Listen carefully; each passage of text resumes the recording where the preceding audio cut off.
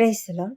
ఈ ఉదయ కాలంన దేవుని వాక్యమును ధ్యానించడానికి మనకందరికీ ఈ విధమైనటువంటి గొప్ప తరుణం దేవుడు మనకి ఇచ్చినందుకు ఆ దేవాది దేవునికి వందనములు.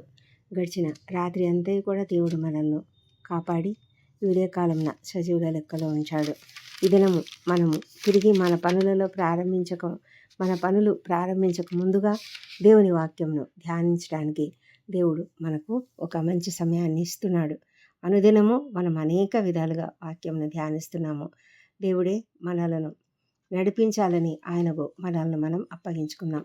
ఈ దినం దేవుడు మనకిచ్చినటువంటి కృపావార్త ఆదికాండము 22వ అధ్యాయము 8వ వచనము. నా కుమారుడా, దేవుడే దహన బలికి గొర్రె పిల్లను చూచుకొనును అని చెప్పాను. ఈ మాటలు అబ్రహాము మాట్లాడుతూ ఉన్నాడు. ఈ మాటలు మనకు ఈ స్టోరీ అంతా మనకు తెలిసినదే. అబ్రహాము దేవుడు తన కుమారుని ఒక్కడే కుమారుడంటే ఇస్సాకును, నీవు ప్రేమించే ఇస్సాకును తీసుకొని మోరియా దేశంలోకి వెళ్ళి అక్కడ నేను నీతో చెప్పబోవు పర్వతములలో ఒకదాని మీద దహన బలిగా అతన్ని అర్పించమని చెప్పినప్పుడు అబ్రహాము ఏమాత్రము కూడా సంశయించలేదు, ఏమాత్రము దేవుణ్ణి ప్రతిమాలలేదు, అడగలేదు. ఆయన తను మనసులో సిద్ధమైపోయాడు. అందుకే హెబ్రీలకు రాసిన పత్రికలో ఒక మాట ఉంటుంది.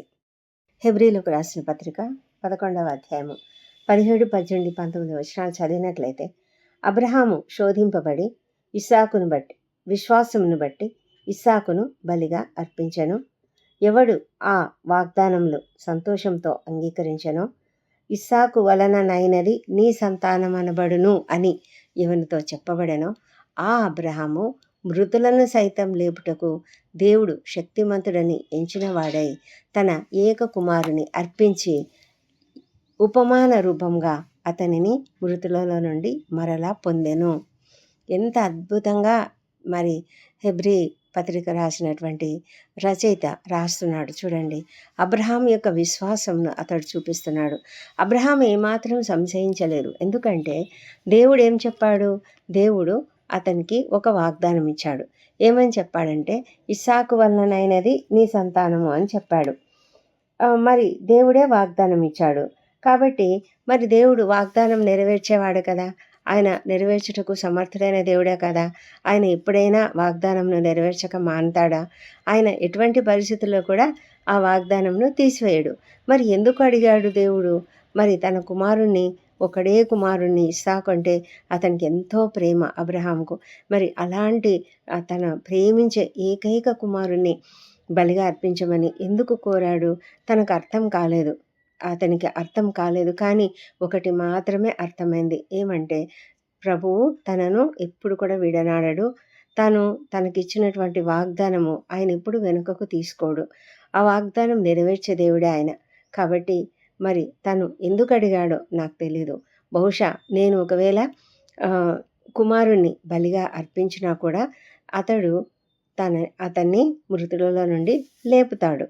అదే అతని యొక్క గొప్ప విశ్వాసం, తనకున్నటువంటి విశ్వాసం. ఎందుకంటే ఆయన ఇచ్చినటువంటి వాగ్దానం ఏంటి?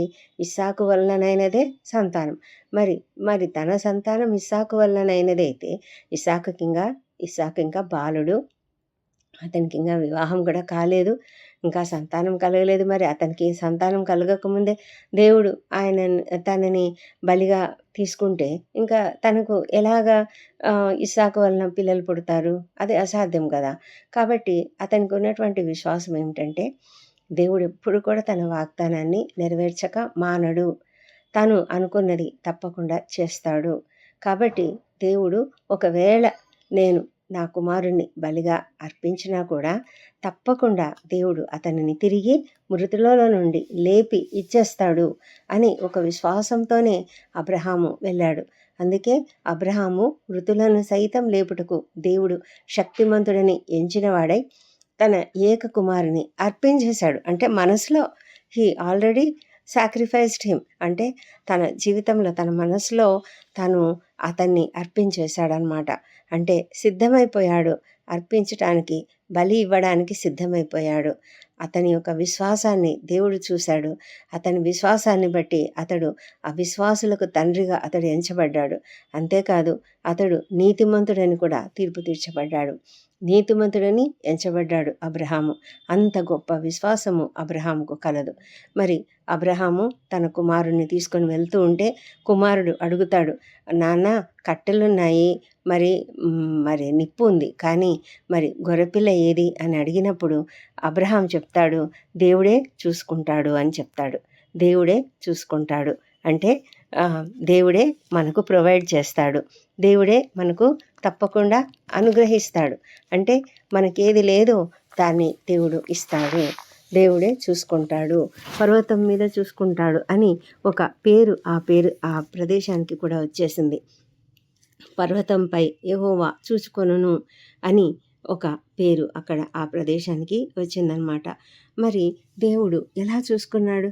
ఆయన ఎలా చూసుకున్నాడంటే ఖచ్చితంగా చూసుకున్నాడు. ఎందుకంటే ఎప్పుడైతే అబ్రహాము విశ్వసించాడో దేవుడు అతని విశ్వాసాన్ని ఏమాత్రం వమ్ము చేయలేదు. మరి దేవుడు కరెక్ట్గా అబ్రహాము ఇస్సాకును బలి ఇవ్వడానికి తన కత్తిని ఎత్తినప్పుడు అబ్రహామా అబ్రహామా అని పిలిచాడు. వెంటనే ఆపేశాడనమాట. చిత్తం ప్రభువా అని చెప్పినప్పుడు ఆ చిన్నవాని మీద చేయి వేయొద్దు, అతన్ని ఏమీ చేయొద్దు, నీకు ఒక్కడే ఉన్న నీ కుమారుని నాకు ఇవ్వడానికి నువ్వు వెనుక తీయలేదు కనుక నీవు దేవునికి భయపడువాడవని ఇందువల్ల నాకు కనబడుచున్నది అని చెప్పాడు. దేవుడు కొన్నిసార్లు ఎంత భయంకరమైన శోధనలు ద్వారా శోధిస్తాడు కదా. మరి అబ్రహాము ఎంత వేదన, ఒకవేళ తన చేతులారా బలి అర్పించుతున్నాడు, తనకు ఒక నమ్మకం ఉంది ఖచ్చితంగా దేవుడు తిరిగి వాడిని బ్రతికిస్తాడని. కానీ ఒక విధమైన మానసికమైన వ్యధ అయితే పొంది ఉంటాడు, మానసికంగా కొంచెం వేదన పొంది ఉండవచ్చు. అయితే దేవునికి భయపడువాడు అని దేవుడు అతన్ని గుర్తించాడు. కనుకనే దేవుడు చూసుకుంటాడు అని చెప్పి రాత్రి ఆ యొక్క సమయంలో ఆ బాలుని బలి ఇచ్చే ఆ సమయంలో దేవుడు అతనికి ఒక గొర్రెని ప్రొవైడ్ చేశాడు. ఆయన పొట్టేలు అని రాయబడింది కదా, అయితే అది గొర్రె అని మరి ట్రాన్స్లేషన్స్లో ఏదో తేడా ఉందని చెప్తూ ఉంటారు. ఏది ఏమైనప్పటికీ కూడా ఒక పొట్టేలు వెనక తట్టున కనబడిందట. అంటే ఆ పొట్టేలు ఎవరో కాదు, ప్రభువైన యేసుక్రీస్తుకు సూచనగా దేవుడు చెప్తున్నాడు అని భక్తులు, మరి చరిత్రకారులు, మరి బైబిల్ పండితులు చెప్తారు. అంటే మొదటి నుంచి కూడా ప్రభువైన యేసుక్రీస్తు ఈ లోకానికి మన కొరకు బలిగా అర్పించడానికి వచ్చాడు కదా. అది ఇప్పుడు ఒక్కసారి ఏదో ఆయన పుట్టిన తర్వాత జరిగినది కాదు. అది జగత్తు పునాది వేయబడక మునిపే అది ఏర్పాటు చేయబడింది. అందుకే పేతురు గారు ఒక మాట రాస్తారు. పేతురు గారు తను రాసిన మొదటి పత్రికలో 19వ వచనంలో, అమూల్యమైన రక్తము చేత అనగా నిర్దోషమును నిష్కళంకమునగు గొర్రెపిల్ల వంటి క్రీస్తు రక్తము చేత విమోచింపబడతారని మీరు ఎరుగుదురు కదా. ఆయన జగత్తు పునాది వేయబడక మునిపే నియమింపబడెను అని ఇక్కడ రాయబడింది. అంటే ఆయన బలి అర్పించబడాల్సి ఉంటుంది అని, అది జగత్తు పునాది వేయబడక మునిపే నియమించబడింది. అంటే దేవునికి సమస్తం తెలుసు కదా, ఎలా జరుగుతుంది, ఈ లోకంలో ప్రజలు ఎలా ఉంటారో, ఎలా చేస్తారో అన్నీ ఆయనకు తెలుసు. ఎలా తను సృష్టించినటువంటి మానవుడు పాపం చేస్తాడు, పడిపోతాడు, మరి సాతానుడు అపవాది ఈ లోకాన్ని ఏలుతూ ఉంటాడు. మరి ఆ అపవాది బంధకాల నుంచి తన జనాన్ని, తాను సృష్టించినటువంటి ఈ లోకంలో ప్రతి ప్రజను కూడా దేవుడు తాను బయటికి తీసుకురావాలి, ఆ బానిసత్వంలో నుంచి విడుదల చేయాలి అంటే ఒకే ఒక వ్యక్తి, అంటే నిర్దోషమైనటువంటి వ్యక్తి వల్లనే అది జరుగుతుంది. ఆయన యొక్క నిర్దోషమైన రక్తం చిందింపబడటం వల్లనే మనకు పాపక్షమాపణ కలుగుతుంది. అమూల్యమైనది రక్తము, నిర్దోషమైన రక్తము, నిష్కళంకమైనటువంటి రక్తము, గొర్రెపిల్ల వంటి క్రీస్తు రక్తము. అంటే ప్రభువైన యేసు ఒక గొర్రె పిల్లలాగా జగత్తు పునాది వేయబడక మునిపే నియమించబడ్డాడు. మరి ఇక్కడ అబ్రహాముకు ఇది ఒక సాదృశ్యంగా కనబడింది. అబ్రహాము తాను ఎంతగానో ప్రేమించిన తన ఒక్కడే కుమారుణ్ణి బలి ఇయ్యడానికి వెనుకదీయలేదు. అదేవిధంగా తండ్రి అయిన దేవుడు తన ఏకైక కుమారుడు తను ఎంతగానో ప్రేమించే ప్రభువైన యేసుక్రీస్తు. అందుకే ఎన్నిసార్లు ఆకాశం నుంచి శబ్దం వినిపించింది కదా, ఈయన నా ప్రియ కుమారుడు, ఈయన ఎందు నేను ఆనందిస్తున్నాను అని చెప్పినటువంటి దేవుడు. నేను ఈయనను ప్రేమిస్తున్నానని ఆయనను ప్రేమించేటువంటి ఆ దేవుడు తాను ఓ అద్వితీయ కుమారుగా పుట్టిన వాని యందు ఎవరైతే విశ్వాసం ఉంచుతారో వారికి తప్పకుండా నిత్యజయం ఇస్తానని వాగ్దానం చేసినటువంటి దేవుడు. అందుకొరకే తన ఒక్కడే కుమారుడైన యేసుక్రీస్తును ఈ లోకానికి పంపించాడు. మరి దేవుడే చూసుకున్నాడు. అక్కడ మరి ఆ ఇస్సాకుకు బదులుగా ఒక గొర్రెను, ఒక పొట్టేలును చూసి ఆ పొట్టేలును ఇస్సాకుకు బదులుగా అక్కడ బలి అర్పించడం జరిగింది. అయితే ఇక్కడైతే మరి ఇస్సాకుకు బదులుగాని కాకుండా తండ్రి అయిన దేవుడు తన ఒక్కడే కుమారుడైన యేసుక్రీస్తును బలిగా అర్పించేశాడు. మరి అబ్రహాం అయితే సిద్ధంగా ఉన్నాడు, కానీ దేవుడు అతన్ని తప్పించాడు. ఇక్కడైతే అసలు తప్పించలేదు. తండ్రి అయిన దేవుడు తన ముఖాన్ని తిప్పేసుకున్నాడు. ఎందుకంటే మరి ఆ శిలువ మీద నుంచి మరి ప్రభువైన యేసుక్రీస్తు ఒక వేదనగా అడుగుతున్నాడు కదా, నా దేవా నా దేవా నన్ను ఎందుకు చెయ్యి విడిచావు అంటే దేవుడు చెయ్యి విడిచిపెట్టాడు. అంతవరకు ఆయన చెయ్యి పట్టుకునే ఉన్నటువంటి తండ్రి అయిన దేవుడు ఆ ప్రభువైన యేసుక్రీస్తు సిలువలో మరణిస్తున్న సమయంలో మాత్రము ఆ సిలువ మీద ఉన్నప్పుడు దేవుడు అతని చెయ్యిని వదిలిపెట్టాడు. ఎందుకంటే అతడు పాపభూయిష్టమైనటువంటి వాడు. ఆ సమయంలో అందరి పాపాలు ఆయన మీద మోపబడ్డాయి. కాబట్టి అతడు మరి ప్రభువైన యేసుక్రీస్తు ఆ సమయంలో మరి పాప భారంతో ఉన్నటువంటి వాడు. ప్రతి ఒక్కరి ఈ లోకంలో ఉన్నటువంటి ప్రతి ఒక్కరి పాపములు ఆయన మీద మోపబడ్డాయి. ప్రతి శాపము మోపబడింది. ప్రతి విధమైనటువంటి దుష్ట కార్యాలు ఆయన పైన మోపబడ్డాయి. వేదనలు మోపబడ్డాయి. వ్యసనాలు మోపబడ్డాయి. భయంకరమైన ప్రవర్తనలు మోపబడ్డాయి. ఆయన మీద ప్రతి విధమైనటువంటి ఏమంటారు, చాలా దుష్కార్యాలు అంటే దారుణమైనటువంటి భయంకరమైనటువంటి పాపములు అన్నీ కూడా ఆయన పైన మోపబడ్డాయి. అనారోగ్యం కూడా ఆయన పైన మోపబడింది. అందుకే ఆయన పొందిన దెబ్బల చేతనే మనము స్వస్థత పొందుకోగలుగుతాము. ఎందుకంటే ప్రతి దాన్ని కూడా ఆయన భరించుకున్నాడు. ప్రతి పాపాన్ని భరించాడు, ప్రతి వ్యసనాన్ని భరించాడు, ప్రతి అనారోగ్యాన్ని ఆయన సహించాడు, ప్రతి విధమైనటువంటి శాపమును ఆయన వహించుకున్నాడు. అన్నీ ఆ విధంగా ఆ శిలువ పైన ఆయన భరించాడు. కనుకనే ఆయన మరి మన కొరకు మరణించాడు. కాబట్టి ఆయన యొక్క శిలువ మరణంలో మనకు విముక్తి ఉంది. శిలువ మరణంలో మనకు సమస్తమైన విడుదల ఉంది. ప్రతి దాంట్లో నుంచి విడుదల, అనారోగ్యం నుంచి విడుదల, స్వస్థత కలుగుతుంది. మరి పాపం నుంచి విడుదల, శాపం నుంచి విడుదల, ప్రతి పాపం నుంచి విడుదల, ప్రతి పాపము. అందుకే యోహాను భక్తుడు కూడా ఏమని చెప్తాడంటే, మనము మన పాపములను ఒప్పుకున్న ఎడల ఆయన నమ్మదగిన వాడును నీతిమంతుడును కనుక ఆయన మన పాపములను క్షమించి సమస్త దుర్నీతి నుంచి మనల్ని పవిత్రులనుగా చేయును. సమస్త దుర్నీతి అని రాయబడింది. అంటే చిన్న చిన్న పాపాలు మాత్రమే కాదు, దుర్నీతి అంటే భయంకరమైనటువంటి పాపాలు, భయంకరమైనటువంటి అక్రమాలు, అన్యాయాలు ఎంతోమంది చేస్తూ ఉంటారు. నరహంతకులుగా ఉండి ఉంటారు, మరి వ్యసనపరులుగా ఉండి ఉంటారు. అయితే వాటన్నిటి నుంచి కూడా దేవుడు అవన్నిటిని కూడా భరించుకున్నాడు ఆయన సిలువలో. వాటన్నిటి నుంచి మనకు విడుదల దొరుకుతుంది. ఎంత గొప్ప దేవుడు, ఎంత గొప్ప రక్షకుడు మనకున్నాడు. మనం ఎంత ధైర్యంగా ఈ లోకంలో జీవించాలి. మరి మనల్ని అందుకే ఇదిగో దేవుని గొర్రెపిల్ల అని యోహాను భక్తుడు చెప్తున్నాడు. అంటే ప్రభువైన యేసుక్రీస్తు ఆయన ముందుగా రాబోయే దినాలలో ఆయన ఆ విధంగా సిలువలో బలి అవుతాడన్న ఉద్దేశంతో అతడు దేవుణ్ణి చూపించాడు. ప్రభువైన యేసుక్రీస్తును, నడుచుచున్న యేసును చూపించి ఇదిగో దేవుని గొర్రెపిల్ల అని చెప్తున్నాడు.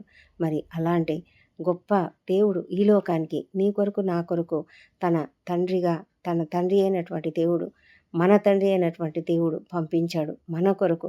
ఎవరైతే తన అద్వితీయ కుమారుని యందు విశ్వాసం ఉంచుతారో వారికి వారికందరికీ కూడా నిత్య జీవమునకు అర్హత లభిస్తుంది. మరి మనము అలాంటి గొప్ప స్థితిని మనం పొందుకోవాలంటే మనం తప్పకుండా దేవుని సన్నిధిలో మన పాపములను ఒప్పుకోవాలి. మరి ఆయన నీ కొరకు నా కొరకు రక్తం చిందించాడని ఆ విలువైన రక్తం యొక్క విలువను మనం తెలుసుకోవాలి. ఆ విలువైన రక్తంలో మన పాపములు కడుక్కోవాలి. ఆ విలువైన రక్తము చిందించాడు అన్న విషయాన్ని మనం విశ్వసించి అంగీకరిస్తే ఆయన మనము హృదయంలో విశ్వసించాలి, నోటితో ఒప్పుకున్నప్పుడు మనం రక్షణ పొందుకుంటాము. ఆయన తన ఉచితమైన కృపచేతనే మనకు రక్షణ ఇస్తున్నాడు. మరి మనము ఆ విధంగా అంగీకరిద్దాం. మరి ఇది నాన్న ఎవరికి ఏమి కొదువగా ఉన్నా కూడా నీకు రక్షణ కొదువగా ఉన్నదా దేవుణ్ణి అడుగు, ఆయన ఇస్తాడు. మరి అంతేకాదు పాప క్షమాపణ కొదువగా ఉంటే దేవుడిస్తాడు. ఈ లోకపరంగా మనకి ఏది కొదువగా ఉన్నా కూడా దేవుడు ఇవ్వడానికి సిద్ధంగా ఉన్నాడు. మరి మనం దేవుని చిత్తానుసారంగా ఏమి అడిగినా ఆయన ఇవ్వడానికి ఎంతో సిద్ధంగా ఉన్నాడు. నీ జీవితంలో ఈ లోకపరమైనటువంటి అవసరతలైన మరి ఆత్మీయపరమైనటువంటి అవసరతలైన సమస్తమును తీర్చడానికి ఆయన సిద్ధంగా ఉన్నాడు. ఏం కొదువగా ఉంది నీ ఇంట్లో? సంతోషం లేదా? సమాధానం కొదువగా ఉన్నదా? దేవుణ్ణి అడుగు. మరి చాలా భయంకరమైన వేదనాకరమైన పరిస్థితులలో అనారోగ్యంతో బాధపడుతున్నావా? దేవుణ్ణి అడుగు. ఆయన తప్పకుండా నీకు విడుదలనిస్తాడు, స్వస్థతనిస్తాడు. నీకేం కొదువగా ఉన్నదో అది ఆయన ఇస్తాడు. విద్యార్థులు, మీరు మీ యొక్క కొదువగా ఉన్నటువంటి జ్ఞానం కొరకు అడగండి. మరి ప్రతి ఒక్కరూ ఎవరెవరికి ఏమి కొదువగా ఉన్నదో అవంతా కూడా దేవుని సన్నిధిలో మనం చెప్పుకుందాం. దేవుని సన్నిధిలో అడుగుదాం. ఆయన దేవుడే చూసుకుంటాడు. యెహోవా ఈరే, ఆయనే చూసుకుంటాడు. మనం చెప్పాలి అంతే. అడుగుడి మీకు ఇవ్వబడును. ఆయన చిత్తానుసారంగా మనం ఏది అడిగినా కూడా ఇవ్వడానికి ఆయన సిద్ధంగా ఉన్నాడు కనుక మనము దేవుని సన్నిధిలో అడిగి పొందుకుందాం. దేవుడు మనల్ని అద్భుతంగా ఆశీర్వదించాలని, ఈ దినమంతా కూడా ఆయన మనకు కావాల్సినటువంటి కొదువలన్నీ తీర్చాలని, ముందు ముందు కూడా మనకి ఏది అవసరమో, మన ప్రతి కుటుంబంలో ఎలాంటి సమస్యలు ఉన్నాయో మనం ప్రతి ఒక్కరికి తెలుసు. మనకు తెలియదు కానీ మరి ఎవరి కుటుంబాల విషయము, ఎవరి పర్సనల్ విషయాలు వారికి తెలుసు. వారికి ఏం కొదువగా ఉందో అది తెలుసు కనుక దేవుని సన్నిధిలో అడుగుదాం. అడిగినవన్నీ మనం పొందుతాము. ఎందుకంటే పొంది ఉన్నామని నమ్మండి అని దేవుడు చెప్పాడు. మనం నమ్మి పొందుకుందాం. దేవుడి కృపావార్తను దీవించునుగాక. ప్రార్థన. పరిశుద్ధుడైన దేవా, సర్వోన్నతుడ, సర్వాధికారివినైన జీవాధిపతివి తండ్రి. అవును ప్రభా, నిష్కల్మషుడు, నిష్కలంకుడు అయినటువంటి నీ యొక్క నిర్దోషమైనటువంటి నీ యొక్క ఒక్కడే కుమారుణ్ణి మా కొరకు బలిగా ఇచ్చిన దేవా, నీకే స్తుతి, నీకే స్తోత్రములు. మా తండ్రి దేవా, ఈ పెందలకడ నీ సన్నిధిలో ప్రార్థిస్తున్నాము తండ్రి. నీవు ఇచ్చిన మంచి కృపావార్తను బట్టి నీకు వందనాలు ప్రభా. మాకేది కొదువగా ఉన్నా నీవే చూసుకుంటావు తండ్రి. మేము ఎంతగానో ధన్యులము ప్రభా. మాకు మీరు ఎంతో గొప్ప ఆధారభూతుడవై ఉన్నావు. ప్రతి విషయంలో నీవే మాకు ఆధారము. మా విశ్వాసానికి కర్తవు నీవే, మా రక్షణకు కర్తవు నీవే, మా జీవమునకు ఊపిరివి నీవే. మా తండ్రి దేవా, మాకు వెలుగువి నీవే నాయన. సమస్తము నీవే తండ్రి దేవా ప్రభా. మాకు పునరుత్థానము జీవమునైనటువంటి దేవుడవు, మార్గము చూపినటువంటి దేవుడవు తండ్రి ప్రభా. మేము మరణించిన తర్వాత నీ సన్నిధికి చేరితే తండ్రి అక్కడ అద్భుతమైనటువంటి ఒక జీవము కలిగినటువంటి నిత్య జీవాన్ని మీరు మాకు సిద్ధంగా ఉంచినందుకు కూడా నీకు వేలాది వేల స్తోత్రం చెల్లించుకుంటున్నాము మా ప్రభా. ఈ పెందల కడ నీ సన్నిధిలో ప్రార్థిస్తుండగా ఇక్కడ చేరిన ప్రతి ఒక్కరిని దీవించండి. ఎవరెవరు ఎలాంటి సమస్యలతో ఉన్నారో ఆ సమస్యలన్నిటిని బట్టి కూడా ప్రార్థిస్తున్నాము మా ప్రభా. ఇతరుల కొరకు ప్రార్థిస్తున్నాం తండ్రి.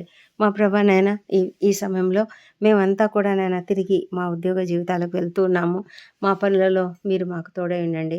మా రాకపోకలందు తోడై ఉండండి. మమ్మలను నడిపించండి ప్రభా. కృపతో నైనా నడిపించండి. ఎక్కడ కూడా నైనా ప్రభా మాకు ఎలాంటి ఆపదలు అపాయములు కలగకుండా ప్రభా కాపాడమని తండ్రి నైనా. నీ కొరకు మేము జీవించాలి.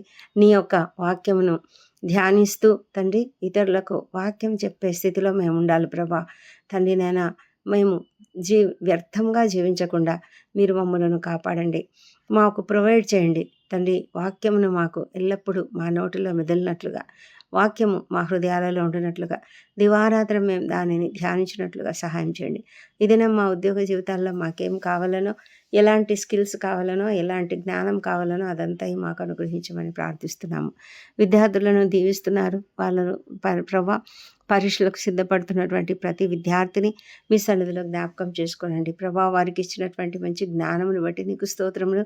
ఇంకనూ ఏదైనా కొదవగా ఉన్నట్లయి, ఇంకనూ ఏ విషయంలోనైనా, ఏ సబ్జెక్టులోనైనా వారికి జ్ఞానం కావాలనంటే ప్రభా మీరు ధారాళంగా ఇచ్చే దేవుడు గనుక ప్రభా నీ సన్నిధిలో బ్రతిమాలుతున్నాము. ప్రతి ఒక్కరికి ధారాళమైనటువంటి ఆ యొక్క జ్ఞానంను అనుగ్రహించి మంచి ఉత్తీర్ణత ప్రతి ఒక్కరు పొందుకోవడానికి సహాయం చేయమని ప్రార్థిస్తున్నాం తండ్రి. మా ప్రభా మరి ఈ దినం ఎవరెవరైతే ఇంటర్వ్యూలకు హాజరవుతున్నారో వారికందరికీ విడుదల తప్పకుండా విజయం అనుగ్రహించండి ప్రభా. ప్రతి విధమైన శోధనల నుంచి విడుదల వారికి అనుగ్రహించండి మా తండ్రి. ఎలాంటి ఇబ్బందులు ఎదురు కాకుండా, ఆటంకాలు కలగకుండా, వారి రాకపోకలందు ఎలాంటి సాతాను దాడికి గురి కాకుండా కాపాడం తండ్రి. మా ప్రభానైనా ఎంతమంది ఉద్యోగాల ప్రయత్నాలు చేస్తున్నారో ఉద్యోగాల కొరకు వారికి అందరికీ తప్పకుండా ఉద్యోగాలు అనుగ్రహించండి ప్రభా. ఎంతో కష్ట పరిస్థితుల్లో అనేకులు ఉన్నారు మా ప్రభానైనా. మరి ఎవ్వరు కూడానైనా మరి ఆ విధమైన కష్టాలలో, ఆర్థిక ఇబ్బందులలో ఉండకుండా ప్రతి ఒక్కరూ తమకు జీవనాధారమైనటువంటి ఒక ఉద్యోగం కానీ, ఒక బిజినెస్ కానీ ఏదైనా సరే చేసుకోగలగడానికి సహాయం చేయమని ప్రార్థిస్తున్నాం తండ్రి. ప్రభా మీరు సమస్తం చేయగలరు. మీకు అసాధ్యమైనది ఏదీ లేదు. మిమ్మల్ని అడుగుతున్నాము, సహాయం చేయండి. వివాహ ప్రయత్నాలు చేస్తున్నటువంటి వారికి తప్పకుండా సఫలత అనుగ్రహించండి. తగిన కాలంలో ప్రతి ఒక్కరికి మీరు సాటి అయిన సహకారాన్ని ఏర్పాటు చేసి ఉంటారని నమ్ముతూ నీ పైన నిరీక్షణతో వారు ఉండడానికి సహాయం చేయండి. సంతానం కొరకు ఎదురు చూస్తున్నటువంటి బిడ్డలకు తప్పకుండా సంతానం అనుగ్రహించమని ప్రార్థిస్తున్నాము. దేవా ప్రభా మీరు అద్భుతాలు చేయగలరు మా తండ్రి. ప్రతి సంతానం లేని వారి జీవితాలలో తండ్రి మీరు అద్భుతాలు చేయండి. వారిలోని పునరుత్థాన శక్తిని ప్రవేశపెట్టండి తండ్రి. సహాయం చేయమని వేడుకొంచున్నాము మా తండ్రి దేవా.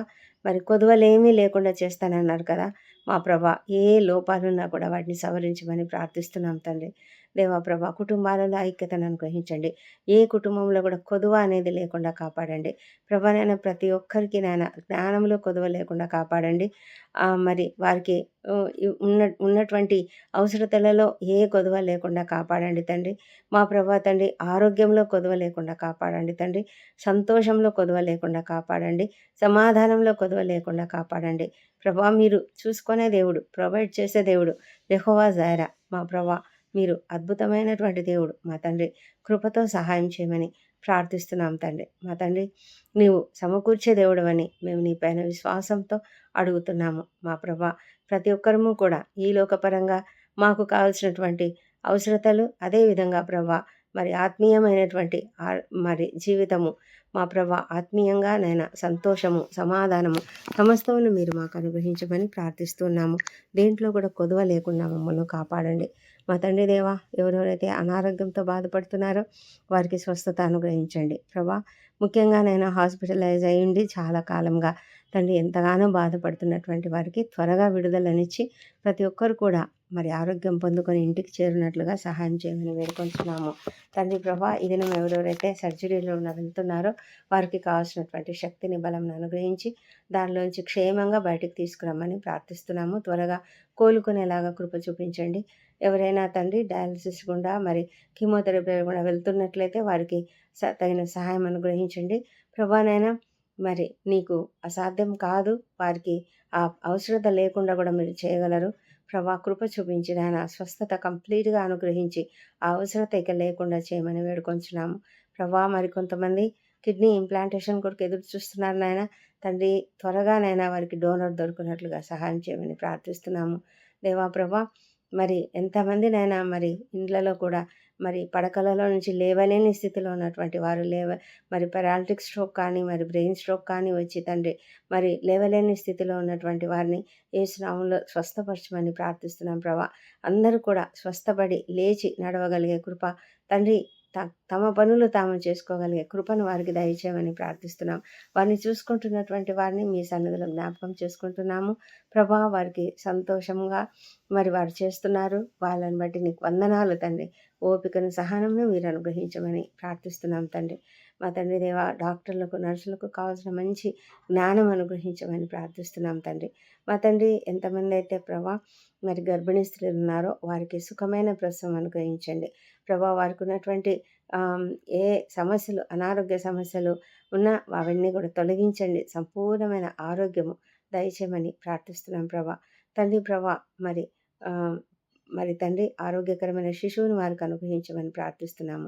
తండ్రి, ఎంతమంది అయితే అప్పుల బాధలతోనూ ఆర్థిక ఇబ్బందులతోనూ బాధపడుతున్నారో వారికి అందరికీ తప్పకుండా మరి విడుదల అనుగ్రహించండి తండ్రి. మరి అప్పుల సమస్య కంప్లీట్గా తీరిపోనట్లుగా సహాయం చేయండి ప్రభానైనా. మీరు మరి సమస్తం చేయగలరు. ఆ కష్టం నుంచి వారికి విడుదల దయచేయండి తండ్రి. మా ప్రభానైనా ఎంతో వేదన దానివల్ల ప్రభా, మరి మానసికంగా ఎంతో వేదన చెందుతున్నటువంటి వారిని మీరు దయ ఉంచి లేవనెత్తమని ప్రార్థిస్తున్నాం ప్రభా. సహాయం చేయండి తండ్రి. మా తండ్రి దేవా, మరి ఇంకా తండ్రి, ఇంకా అనేకమైన సమస్యలు, కోర్టు సమస్యలు, ల్యాండ్ సమస్యలు, వారిని అన్నిటి నుంచి కూడా విడుదల దయచేయండి మా ప్రభా. మరి ఎంతోమంది ప్రమోషన్స్ రాలేదని, ఎన్నో అడ్డంకులు ఉన్నాయని, అనేక మంది అడ్డుకుంటున్నారని, మరి ఏవో మరి చట్టాలు అడ్డుకుంటున్నాయి ప్రభా. ఏదైనా సరే కారణం ప్రభానైనా యేసునామంలో అన్నీ కూడా లయమైపోవును గాక. మరి అడ్డుగా ఉన్నటువంటి ప్రతి పరిస్థితి తొలగిపోయి ప్రతి ఒక్కరు కూడా నేను ప్రమోషన్గా అర్హులైన వారంతా కూడా ప్రమోషన్ పొందుకున్నట్లుగా సహాయం చేయండి మా తండ్రి దేవ. ఇంకా ఇతర పరిస్థితులు, ఆఫీసులలో ఉన్నటువంటి పరిస్థితులన్నీ సరిచేయండి మా ప్రభా. ముఖ్యంగా నాయన భయంకరమైన అణచివేతకు గురవుతున్నటువంటి పరిస్థితులలో, మరి కృంగుదలకు గురైనటువంటి పరిస్థితుల్లో ఉన్న వారిని లేవనెత్తి వారికి తగిన సహాయం చేయమని వేడుకొంచున్నాము. మా దేశంలో, రాష్ట్రంలో మరి పరిపాలిస్తున్న పరిపాలకులను, అధికారులను, ఉద్యోగులను దీవించి అందరూ కూడా నీతిగా, నిజాయితీగా పనిచేయడానికి సహాయం చేయండి మా ప్రభానైనా. అన్యాయాలు, అక్రమాలు ఎక్కువగా ఉన్నాయి తండ్రి. వాటన్నిటిని కూడా కంట్రోల్ చేయమని ప్రార్థిస్తున్నాము. ప్రపంచమంతటా శాంతి, సమాధానం అనుగ్రహించండి. యెరూషలేమును దీవించండి. వారి నగరులలో క్షేమమును, వారి ప్రాకారములలో నెమ్మదిని దయచేయమని ప్రార్థిస్తున్నాము. ఇశ్రాయేల్ దేశంను మీ చేతిలో ఉంచుకున్నందుకే నీకు వందనములు చెల్లించుకుంటున్నాము. వాటన్నిటిని కూడా తొలగించమని ప్రార్థిస్తున్నాము. ప్రపంచమంతటా శాంతి, సమాధానం అనుగ్రహించండి. ఇజ్రాయెల్ దేశంను నీ చేతిలో ఉంచుకున్నందుకే నీకు వందనములు. యెరూషలేమును దీవించండి తండ్రి. వారి నగరులలో క్షేమమును, వారి ప్రాకారములలో నెమ్మదిని దయచేయమని ప్రార్థిస్తున్నాము. తండ్రి ప్రభా, ఈ దినము బర్త్డేలు, వివాహాలను జరుపుకుంటున్న బిడ్డను దీవించండి. గడిచిన సంవత్సరం అంతా వారికి చేసిన ప్రతి మేలును బట్టి నీకు వందనములు. రాబోయే సంవత్సరంలో ఇంకా అధికమైన మేలులను వారికి అనుగ్రహించమని ప్రార్థిస్తున్నాము.